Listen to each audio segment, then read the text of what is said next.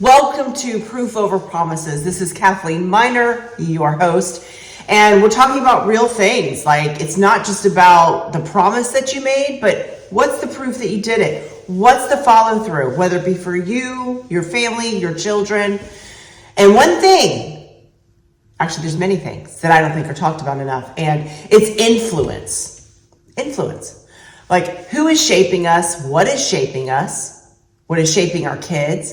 And sometimes we may not even realize it. So one of the most important conversations, and it's gotten to be, in my mind, something that needs to be covered even more than it used to be, as I say, back in the day, right? You know, I'm 54, and when I was younger, or even when my two older children were younger, that are now 31 and going to be 34, there was no cell phones, no internet that they had access to.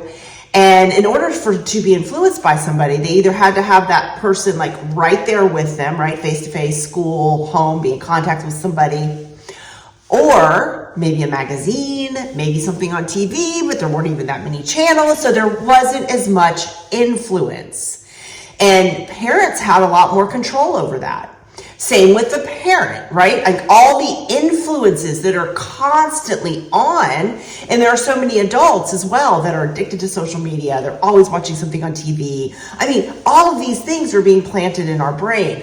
And I'm not saying that it's intentional. Some of this stuff is not intentional. And sometimes the kids and us, we're making wrong decisions. We're choosing the wrong influences. And it's not always our fault. And I say that because the algorithm, and let's talk about social media, the algorithm that gets fed to us right after we just like slow down on one thing. Think about kids in that. This is absolutely huge. It's a problem. I've seen it myself. As you guys know, with Hopeful Handbags, I work a lot with survivors of domestic abuse. I work with their children. I also have 4 children of my own, and I have 4 grandkids. But the other thing that goes along with this is tolerance levels have changed. I mean, the things that used to be rated R are now like PG-13. I mean, it's just truly gotten out of hand, and I'm starting to notice it. We all are over the past probably 5-7 years in our kids, and also in adults. And we've got to do something about these influences. So influence is something that you're exposed to, typically in small doses, and it's repeated over and over and over again. And we're seeing this not only with people, like I said, this is also coming in with attitudes that you're seeing online. Your influence is going to shape your expectations. Your expectations are going to shape the decisions that you're making, and the decisions you're making are shaping the direction that you're going in. And if you have a lot of influences that are not positive influences, that means the direction of your life, the direction of your child's life, is often being determined before any major decisions are made. So understand what I'm saying here. The path has already been planted. So when a big decision comes, all of this influence is now going to be helping shape that decision, which will impact lives. And when I say impact lives, I'm seeing a lot more negative influence than positive. So it's impacting lives in sometimes a detrimental way. So I've watched many people who truly want stability, they want growth, they want peace, and they want to move in that direction, but they slowly start moving in a direction that they absolutely never intended and they never saw coming. And that's because influence is quiet. It's a quiet little thing. It just sort of seeps in over time. Now, I'm talking about kids and adults. So imagine kids whose brains aren't all the way developed yet. And hey, listen, there's scientific studies, brains aren't being developed. They're not all the way developed anymore until like 27 or 28. Why did that change? Because of instant gratification, because of influence. Kids aren't having to make decisions based on what they really feel and think. They're not having to problem solve. Everything is right there in front of them. The problem with that, adults do, but I would hope that most of the adults are mature enough to actually get out, okay, this is reality, this is not, this is a good decision, this is not. But Kids' brains aren't developed. I know some adults, I wonder as well. But the thing is they're making decisions based on an influence that is not healthy.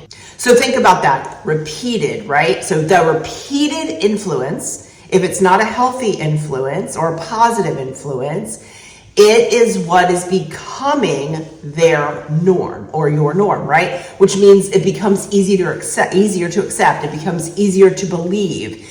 And it's not truly what we really wanted in our lives or in our children's lives. I think as an adult, if you look back over your years before social media, before computers, before the bombardment of negativity, I mean, you had to turn on the 5 o'clock news really to get negative, right? Or if your parents let you watch a horror movie, that was considered very negative. But if you look back at maybe some people that you can remember that negatively impacted a decision you made or something like that, you can see how that really did. It either changed your life into a direction you did not want to go in, or you look back and say, oh my gosh, I'm so glad I realized that. But the reason probably why you were able to realize it is because you didn't have all of this coming from all directions. And that's the problem we're running into now. It's actually influence overload. You don't know who to believe, what to believe, and then with the algorithm, you're being just fed negativity, this person, that person, and then they're making decisions. I say they because I'm really referring to kids, although again, I do see adults do the same thing. We need to watch what we're doing. We've got to show a good example, and we have to have boundaries for our kids. Our kids do not need privacy. Our kids need protection. Now let's take social media out of it. So influence also, let's think about your kids here. Let's think about you and what you're doing in a day. It's the people that you choose to spend most time with. It's the conversations, not only that you have, but the ones that you tolerate and you stay in and you just become a part of it or get into the conversation, even if it doesn't feel good inside. You just agree because you don't want to be the oddball out. I'm fine with being the oddball out. Those of you that know me really well know that fine with my morals. But that's what we have to be. We have to say, you know what, we believe in this, and you don't have to make a big deal about it. Just, hey, listen, you know, or don't repeat it. Don't buy into it. And then no, okay, you know what, this person's probably not a positive influence on me. So I'm just going to kind of not hang out with them as much. Now, this also goes for the environments that we remain in. So if you're in a toxic environment, consider how can you get out of that? How can you lessen that, especially if it's a relationship that it's truly part of your life? How can we alter this some? Of course, as a parent, if you feel like your kids are the ones, driving you crazy and are toxic, I think you need to look at the fact of, okay, what's going on? Because you need to start pulling back, right? I mean, sometimes tough love is really hard, parents, but we got to do it. But if it's a relationship that you're in and you know that this has been toxic and negative for a while, again, that is an influence on your life. It is a quiet influence that's seeping in, and you know in your heart whether or not it's right. Again, you're setting examples for your kids. So what do we do? If we want our lives to become certain ways, if we want it to move in a certain direction, which I would think that every parent, every adult would want their lives and their children's lives to be happy, safe, and move in a direction that is healthy for them. Now, are there going to be ups and downs? Absolutely, 100%. But that's what good parents are for, right? Stay with the kids, work through them, get that through it. But we do have control over the influences. Maybe not every single influence if your kids are going off to school and if they're teenagers. I realize this is a big subject, but we've got to figure out what do we have control over, because we've got to be very intentional about the influences that we are allowing within our minds, social media, in person, and what we're giving our kids access to. I just know so many people, they give their kids access to social media, the broad internet, way too young. And I see it, and I know you don't know what you don't know, but I know too much. Actually, let's just say, I don't think I know too much. I know a lot, and I've seen a lot, and I can tell you, parents, kids do not need a cell phone. They don't need a cell phone. I mean, I was always of the belief, okay, maybe once they're in high school, maybe, and I'm not saying every kid, but I will say every kid, I don't think, I'll stand behind this forever, until they're at least 16. And some of them aren't even ready then. But I will say that is a hard line. And if you disagree with me, sorry, I've seen it. I don't want things to happen to your kids. I don't want them to be influenced by an algorithm and people that are actually don't have their best interest at heart, like you do as a parent and like their family members do, and grandparents and all the rest of the people that love them. You have to have those boundaries. And I know it's hard. So if you're seeing things that aren't going in the right direction, I want you to ask yourself this question for yourself and for your kids. What is shaping their or your thinking daily? What is it that's shaping that? What behaviors are becoming normal around the situation? So you kind of let some things go, and you're like, oh, that's just them. I kind of, picking my battles. I get the idea of picking your battles, but there are some battles that you've got to pick, and too many people are letting them go. And then also with things like what's becoming normal, what are the expectations around your home? Are things quietly forming that are okay and you're letting go? Because I'm going to tell you right now that it's going to be building until you feel like it's out of control and you have no control. And then on the other side of that, what examples are you showing of, and your kids, but you're the role model of stability, discipline, kindness, responsibility, and consistency in your routine, your habits? What are they seeing on a regular basis? Children do not have to have perfect parents. They need predictable examples. They need calm responses, although sometimes could be harsh, follow through, and they need to see that your routines are being held steady, even when life gets busy. If you have to get up earlier to do your routine, if you have to, I don't like people to stay up any later than they need to, just because we all need our sleep, right? Just to be ready for the next day. But you've got to plan your schedule in order to keep your routines. You are the role model for your kids. Like they say, that old saying of the 5 people you choose to hang out with, it's still into effect. It will never go away. And the thing is those 5 people that you choose to hang out with, some of those are now becoming TikTok, scrolling on the internet. I mean, all of this negative stuff in with the people, and it's becoming very toxic. So on Proof Over Promises, we talk about promises that you make to yourself, promises that you make to your kids, promises that you make to the world, right? But it's all about the proof.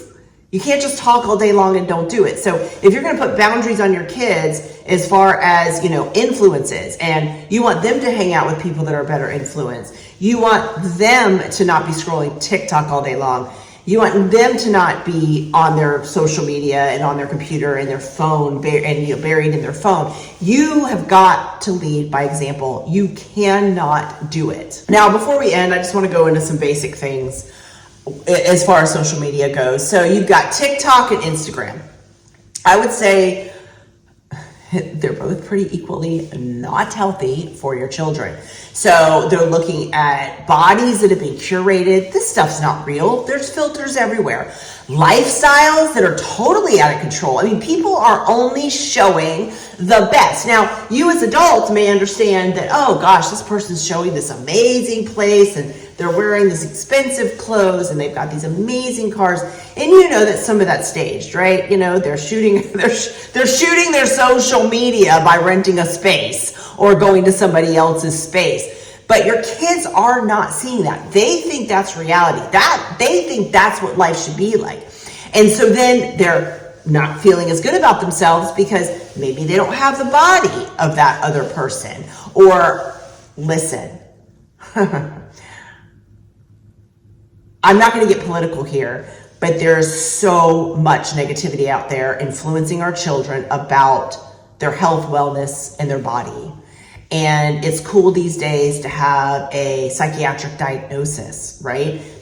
Go on your kid's TikTok. I guarantee you, if you look at it and take it, you're going to see something about that come up on it. Again, let's go back to influence. What's slowly influencing them?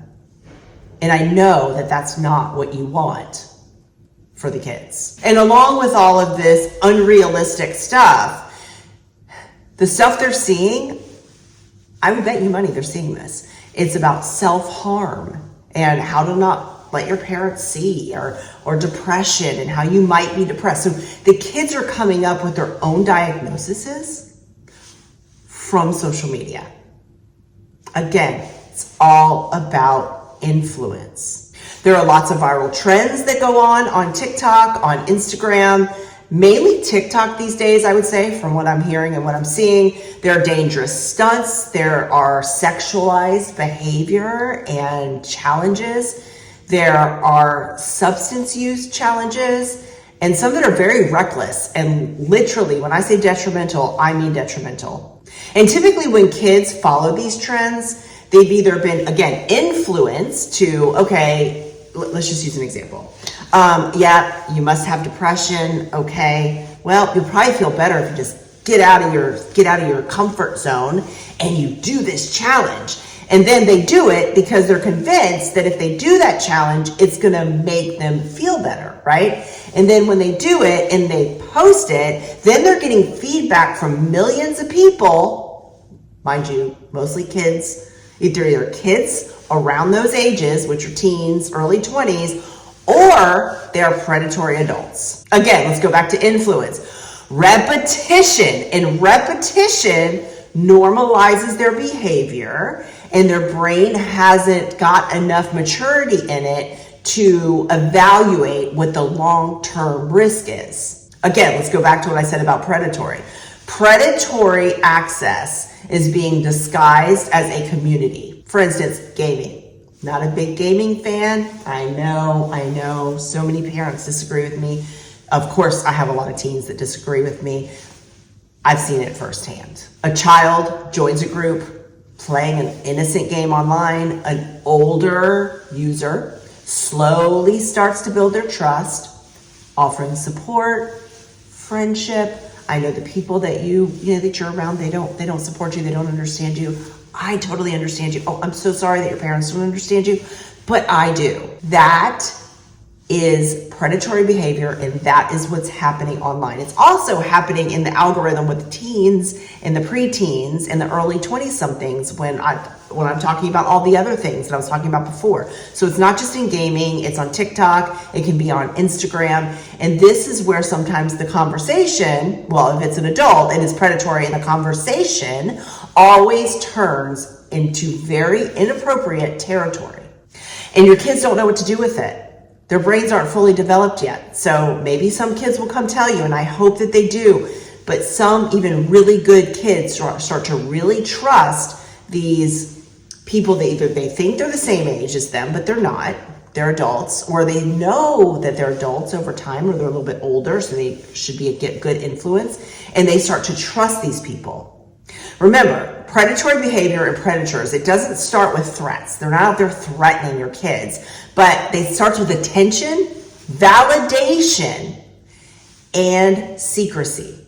That is what's going on behind the scenes on your child's social media. Now think about this, okay? You're like, oh, well, I have all these blocks on my kids' phones. I know what they're seeing isn't explicit, but listen, kids are being exposed to sexualized language, dances, jokes, imagery, well before they have the emotional maturity and capacity to deal with it. Going back to what I said at the beginning of this podcast, which is rated R movies that we couldn't get into without showing an ID and a parent, and then even when the parent was there, you typically couldn't get in, and the only time you'd ever be able to do that is if it was just rated R for language. These are like PG-13 things now, which to me is unbelievable and inappropriate, but that's the stuff that's going on. They are seeing these things that they're not ready for. So again, repetition, and then they think it's normal. So then it becomes like, oh, that must be normal for my age. They don't know any better, even if you're a good parent and you've taught them that, because they have the influence and the repetition of what they're seeing every day. This could be seen, maybe you're seeing your child start to use curse words, start to dress differently, start to make like some suggestions about things that you're like thinking, that's a bit inappropriate. Those need to be red flags. Don't ignore those red flags. So what this does is it bypasses your child's healthy developmental stages, which it becomes a disconnect, right? A disconnect from intimacy, responsibility, safety, and respect. And I say that because then they're thinking, oh, I'm seeing this all the time, so this must be normal for my age. I see kids my age talking about this all the time. And again, if it's an adult online pretending like they're a kid, this happens all the time, then they're thinking, oh, well, I'm normal because I'm just keeping up with my peers. Now think about this, about the algorithm. So if it's on YouTube, Twitch, anything else, they're feeding the child's interest, not necessarily, well, not ever, what's healthy for them, right? So it's not saying, oh, you're 13. You don't need to be seeing that stuff. No, if they slow down on something for a second, 2 seconds, they're going to be fed that same thing. I've seen it with my own eyes. I'll get into something else in just a moment that I think every parent needs to know about. But endless scrolling is very, very dangerous. Now think about this. So think about a teen or even younger than that. I have seen parents give cell phones to kids that are 8 years old. I have no words for that right now. Like absolutely none. You are harming your child. 100%. There's no two ways about it. So think about your child, teen, preteen, younger than that, in their early 20s, watching things that are angry, cynical, sexual nature, and very negative. Then they start to change their perspective on the world, right? So now everything is unfair, it's hopeless, it's hostile. So, there are good things in this world, and unfortunately, that's what's not being fed to them online. I mean, look at the news. They don't even have on the news any positive things. Positivity does not get attention, unfortunately. This is very dangerous because, like we said, influence happens quietly, happens slowly. It's invisible. And kids don't realize what's happening. They don't realize that their thinking is being shaped. And then it starts to feel true to them. So endless scrolling is dangerous. I know I'm talking about trying to be positive, but I've got to let everybody know this. I know you've probably seen it a million times, but listen, I feel very strongly about this, obviously. And I think that if this podcast does anything but to have a parent think twice about letting their kids have a phone and setting boundaries, you're not here to be your kid's friend. You're here to protect them. They don't need privacy. The phones need to be plugged in a certain spot every day. I don't think cell phones should belong in bedrooms. I don't think kids should have computers in bedrooms. I mean, I just don't. And I know maybe this isn't even just my opinion. I know a lot of people that feel the same way because we've either been affected by it or we have seen it. So endless scrolling these days is what replaces boredom. I'm bored. You know what? Go outside. I used to say to my kids, and I know if they're watching this, they're laughing, nodding their heads yes. If you're bored, I'll give you something to do. There's always something to do, right? But, go outside, have some fun, play a board game. Don't watch TV. I mean, even on YouTube, you can have the blocked stuff. They're feeding content that your kids don't need to see too. So when your kids are constantly scrolling because they say they're bored, or if that's what you're seeing them do in their rooms, on a couch, anything like that, you're going to start noticing that when that gets taken away, they're probably going to be irritable. They're not going to have eye contact with you, right? So you can start to notice a little bit because they get so used to the constant scrolling that the eye contact when they're talking to you isn't even there because, again, it's repetition, right? It's a habit. It's, oh, yeah, that phone's not there. Why am I still doing that? So they might start to get cranky. They might be irritable, but you know what? You can get through this and they can get through this as well. Kids and adults have to be able to regulate their emotions without constant stimulation.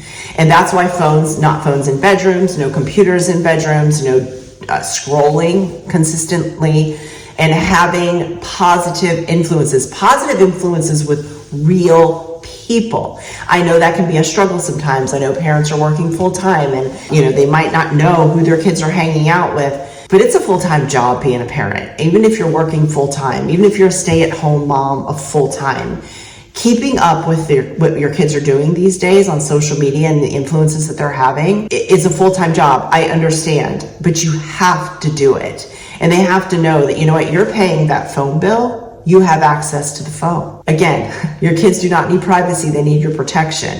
Their brains are still developing. Allowing kids to make decisions that you know is not good for them is actually on you. It is. Now I'm going to just approach really quickly a touchy subject about therapy. So I know some parents, they're trying really hard and they say, you know what, I'm just going to send my kid to therapy. I feel like that used to be a really great idea. And I'm not saying that there aren't some really great therapists out there. But what I am saying is there are some out there, I've seen it myself, that they focus very heavily on validating and affirming every single thing that the child says because they want the child to feel safe and they want the child to feel heard. But that can backfire. Children don't just need agreement. They need boundaries, they need guidance, and they need to make sense of these feelings, right? Again, influence. When is the first time you started thinking this way? What did you hear? Who was it? All of these things need to be talked about, not just validation. And I've seen it a lot of times, unfortunately, where therapists and counselors will just validate the kids' feelings. And when adults only affirm without grounding, without having boundaries, and without challenging the distorted thinking, kids start believing that every single feeling is a fact, every emotion is a fact, and that impulses need to be followed. Now remember, the children's brains are not all the way developed. So they might be making some decisions when they're following these impulses that are absolutely detrimental. Safety is not built by being a child's friend, okay? It is built by being steady and a trusted adult. I'm not saying that you can't be friends with your kids. I get that. But there also has to be the parent-child boundary because it is our job as parents to say, you know what? That's not good for you. And letting them know the truth. That is your job as a parent. I had somebody say to me once, if your kids like you and don't dislike you at some point, you're not doing something right. So again, if they dislike you at some point, you're doing something right. So I've got a lot to say on this. I am going to have some more podcasts digging into each one of these things that I have went over pretty quickly. But you need to remember that danger is not just bad content. The danger is the unexamined influence and the influence that is creeping in slowly that maybe you don't know about or maybe your child does not recognize. Again, because it is repeated, it is repetition, and they begin to think of it as truth. And kids don't know enough to say, oh my gosh, is this shaping me and the decisions that I'm making for my future? Is this normal? They probably think it's normal because they're seeing other kids, either their age or who they think are their age, that are participating and sharing all of these things. And whatever they see most of becomes their answer. So let's talk about proof over promises. Listen, I made a promise to myself that I was going to talk about this stuff more because it's one of those things as a mom that, and with all of the kids that I work with, that I just see this so often. And, you know, you can take it or leave it, but I hope you take it because we've got a whole generation of kids out there that are being exposed to some very dangerous things. And not only is it their future, it is the world's future, right? And it has to start at home. I'm here to answer any questions that I can, and if I don't know the answer, I will find out the answer. But I do hope that everybody, not only you as adults, are figuring out what influences do you have around you? What are you doing? Are you a good influence for your kids? Are you scrolling all the time on social media? Are you believing the things that you see on social media? And then you've got to have control over your kids' phones and internet connections. You just do. My biggest advice would be to have a one central spot in the house. It needs to be in an open area where all phones are plugged in one area by a certain time. And you don't have to lie to your kids. You can tell them, hey, listen, I pay for the phone bill. I will look at your phone sometimes. You need the password to that phone. You have to. Like, this is non-negotiable in this day and age. Now, am I saying that every child is doing this stuff. No, there are some kids out here who are not interested in social media. There are some that are maybe more mature than others, but you can't say, oh, my kid's mature, so they should be getting a phone at blankety blank age. Like I said, I'm a firm believer that 16 is minimum age. There are some cases that I've seen 16 is too young. They still can't handle what they're seeing because parents are letting them, they don't have any blocks on their phone. They're letting them on TikTok. They're letting them on Instagram. They're letting them on all these games online. You don't know who your kids are being influenced by. I can't stress that enough. So anyway, proof over promises. Promise to do this. Do the proof. Do it. You've got to protect your kids. Again, I'll say it again. Your kids don't need privacy. They need your protection. So I'll see you next time in the next episode. I hope you've learned something and have any questions, please reach out.